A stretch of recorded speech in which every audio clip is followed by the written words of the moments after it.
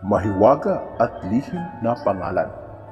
Ito ay makakatulong upang mabigyan kayo ng proteksyon at magandang buhay at kapalaran. Sinasabi rin na ito ay mabisa na maski ang mga masasamang elemento ay lalayo sa taong gagamit nito. Halina't ating tuklasin ang salitang ito.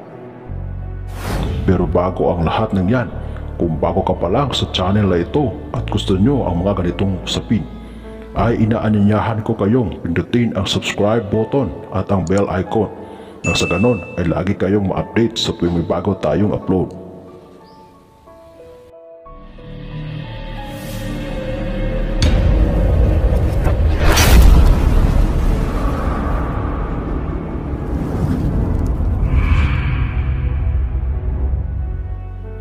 Gawin lamang ito ng buo ang iyong pananalig at paniniwala nang sa gayon mararamdaman mo ang epekto at bisa nito.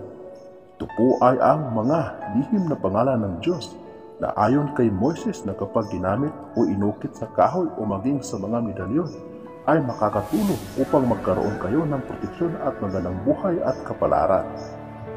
Pamamaraan sa paggamit.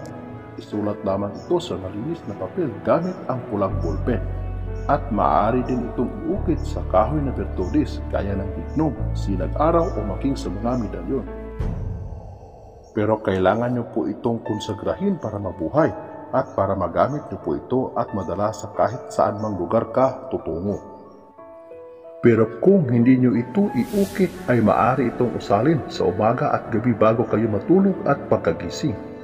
Bago nyo po bigkasin ito ay dapat humiling kayo ng nauukol sa iyong kabuhayan o magandang buhay. Bago nyo po ito isunod ng 3 ulit.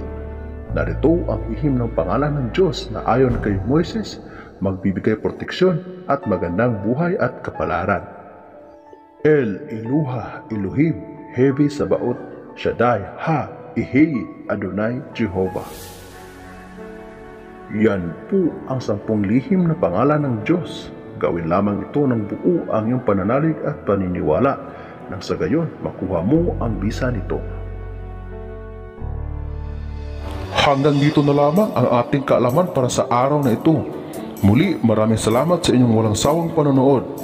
God bless us all.